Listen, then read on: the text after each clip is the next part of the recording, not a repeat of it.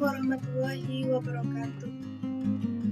Perkenalkan, nama saya Akmarina Izzatin Afrilia, NPM 20488111008 dari Prodi PGSD semester 6A.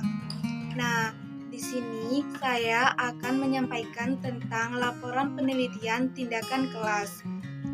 Nah, laporan penelitian tindakan kelas (PTK), laporan merupakan langkah akhir dalam suatu kegiatan penanggung jawab kegiatan berkewajiban untuk mendokumentasikan kegiatan tersebut dalam bentuk laporan sehingga pihak yang ingin mendapatkan informasi tentang kegiatan tersebut dapat memperoleh dengan mudah. Diantaranya ada 6. Yang pertama, menjelaskan hakikat laporan PTK. Yang kedua, menetapkan sistematika laporan PTK. Yang ketiga, menjelaskan substansi dalam setiap komponen laporan PTK. Yang keempat, menerapkan berbagai ketentuan dalam menulis laporan PTK. Yang kelima, menulis laporan PTK. Dan yang keenam, menjelaskan hakikat diseminasi laporan PTK. Nah, di kegiatan belajar 1, hakikat laporan penelitian tindakan kelas itu ada 3. Yang pertama, menjelaskan laporan PTK. Yang kedua, mengembangkan sistematika laporan PTK. Yang ketiga, menjelaskan substansi setiap komponen laporan PTK. Nah, selanjutnya, hakikat laporan penelitian tindakan kelas dalam pengertian laporan PTK, yaitu merupakan istilah yang sangat lazim dipakai dalam kehidupan sehari-hari oleh berbagai kalangan. Sebagai guru, Anda juga sudah sering membuat laporan, misalnya laporan kemajuan siswa yang dikirim kepada orang tua atau disampaikan dalam rapat guru. Nah, maka laporan penelitian tindakan kelas ini kita maknai sebagai laporan yang disusun berdasarkan penelitian yang dilakukan secara sistematis terhadap suatu gejala. Nah, dalam hal ini, perbaikan pembelajaran yang dilaksanakan oleh guru di kelasnya sendiri. Nah, hakikat laporan penelitian tindakan kelas yaitu ada manfaat laporan PTK. Laporan PTK ini merupakan satu persyaratan yang harus dipenuhi oleh peneliti. Lebih-lebih jika peneliti tersebut dilakukan berdasarkan misi tertentu atau pesanan dari suatu lembaga dalam kondisi seperti itu. Nah, laporan penelitian ini biasanya merupakan sesuatu yang ditunggu-tunggu. Anda pasti lelah mengenal skripsi, tesis, atau disertai yang merupakan persyaratan yang harus dipenuhi oleh mahasiswa. Nah, sehubungan dengan itu, laporan peneliti akan mengungkapkan banyak hal tentang masalah yang diteliti. Andaikan laporan ini tidak ada, maka orang lain tidak akan pernah tahu tentang hasil peneliti tersebut. Nah, sistematika laporan peneliti. Sistematika sebuah laporan penelitian terdiri dari komponen-komponen berikut. Yang pertama ada bab 1. Nah, di bab 1 ini tentang pendahuluan yang menggambarkan latar belakang dilakukannya penelitian. Nah, bab 2 di tujuan pustaka ini yang memuat berbagai teori atau konsep atau hasil peneliti yang terkait dengan peneliti yang dilakukan.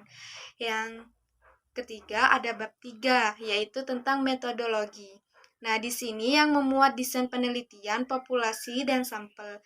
Teknik dan instrumen pengumpulan data ini merupakan prosedur penelitian serta analisis data. Yang keempat, ada temuan atau disebut dengan pembahasan yang menyajikan hasil analisis data. Nah, yang kelima ada bab 5. Nah, kesimpulan dan saran yang memuat kesimpulan hasil penelitian serta saran yang dibuat berdasarkan kesimpulan. Nah, substansi komponen laporan penelitian itu ada judul, abstrak, dan pendahuluan. Judul ini mencari judul laporan PTK yang tepat. Kita perlu memperhatikan rambu-rambu yang antara lain yang pertama singkat dan padat. Yang kedua, menggambarkan upaya untuk perbaikan pembelajaran. Yang ketiga, merupakan yang paling penting dalam upaya tersebut. Nah, yang kedua ada abstrak. Abstrak ini menjadi dari unsur-unsur peneliti mulai dari permasalahan, tujuan, prosedur, pelaksanaan penelitian, hasil pembahasan sampai dengan kesimpulan dan saran. Nah, yang ketiga ada pendahuluan. Nah, dalam pendahuluan dimuat yang pertama ada latar belakang, yang kedua ada rumusan masalah, yang ketiga ada tujuan perbaikan, dan yang keempat ada pemanfaatan penelitian. Nah, dalam penjelasan tersebut, latar belakang ini bagian menjelaskan secara singkat mengapa Anda melakukan penelitian ini, gitu. Nah, untuk perumusan masalah ini, dalam perumusan masalah ini mencantumkan rumusan yang membantu Anda menulis tujuan atau penelitian. Tujuan penelitian. Nah, yang ketiga ada penjelasan dari tujuan penelitian ini, menemukan apakah penggunaan alat peraga dapat meningkatkan pemahaman siswa tentang konsep abstrak, atau apakah penerapan kerja kelompok dapat meningkatkan keaktifan dan pemahaman siswa. Nah, selanjutnya ada kajian pustaka. Nah, kajian pustaka ini akan merupakan landasan bagi kita dalam merancang tindakan perbaikan dan menjadi rujukan dalam membahas hasil penelitian. Tentu saja, ulasan yang penting dalam terletak pada aspek yang memang merupakan fokus dalam penelitian ini. Dan yang kelima ini ada pelaksanaan penelitian. Nah, subjek penelitian ini yang mencantumkan tempat di mana penelitian ini diadakan, di sekolah, di kelas. Waktunya itu mencantumkan jadwal perbaikan per siklus. Nah, mata pelajaran dan karakteristik siswa ini jumlah usia, jenis kelamin, kemampuan, latar belakang, dan lain sebagainya. Nah, yang keenam ini ada hasil penelitian dan pembahasan. Setiap sajian, hasil dapat langsung disertai dengan pembahasan, yang merupakan alasan mengapa hasil seperti itu. Pembalasan ini harus dikaitkan dengan teori, pengalaman praktis atau hasil penelitian. Yang ketujuh ada kesimpulan dan saran. Nah, kesimpulan saran ini disajikan sesuai dengan urutan tujuan penelitian. Yang kedelapan ini ada daftar pustaka. Daftar pustaka ini disusun secara menurut abjad, dimulai dengan nama latar belakang penulis, diikuti oleh tahun penerbitan, judul buku, kota tempat terbit, di mana penerbit, atau nama penerbit. Nah, yang kesembilan ini ada lampiran. Nah, yang terakhir, dalam lampiran Anda dapat mencantumkan berbagai hal yang terkait dengan laporan ini seperti lembar observasi.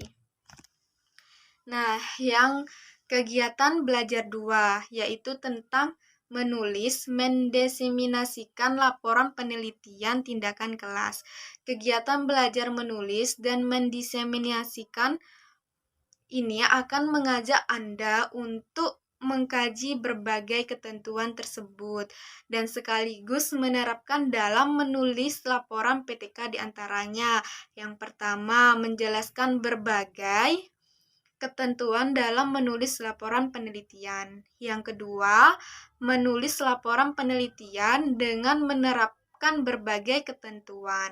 Yang ketiga, menjelaskan hakikat dan cara mendiseminasikan laporan PTK.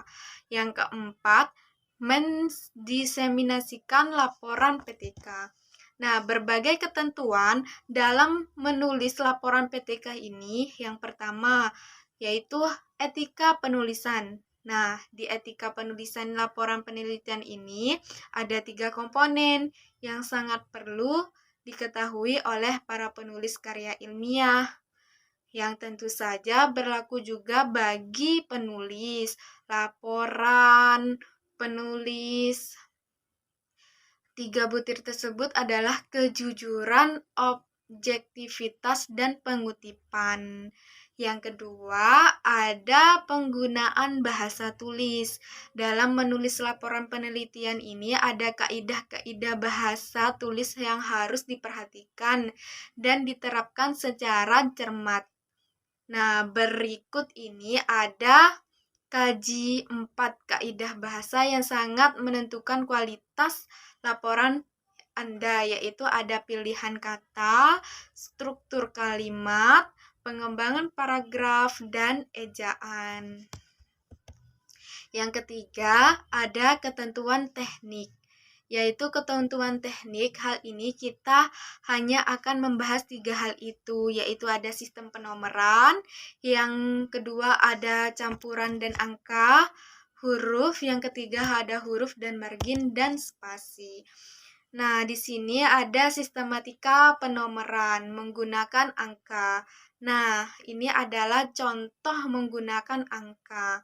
Dari bagian penomoran di atas ini dapat Anda lihat bahwa penomoran yang digunakan pemanfaatan angka ini titik menunjukkan hubungan antara topik yang sejajar, itu nomor 1, 2, dan 3, menandakan nomor topik yang sejajar dengan nomor mulai 2 digit, dan seterusnya.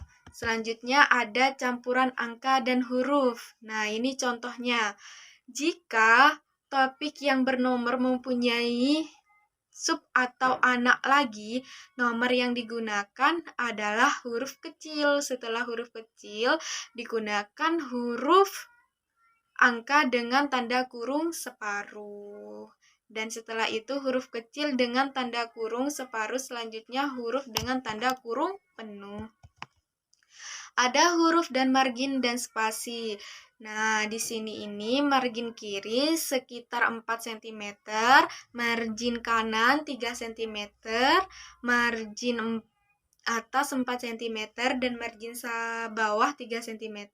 Sedangkan spasi yang digunakan adalah 1,5.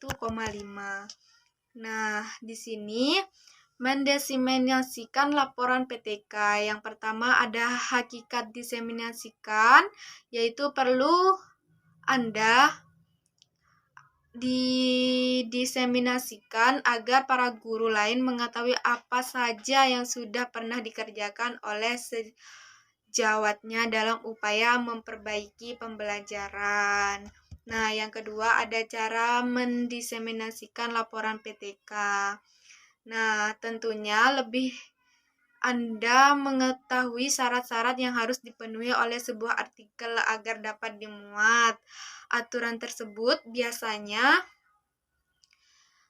dimuat dalam halaman tertentu, dalam jurnal, majalah, buletin titik. Oleh karena itu, cara yang paling mudah untuk mengetahui aturan tersebut adalah dengan membacanya.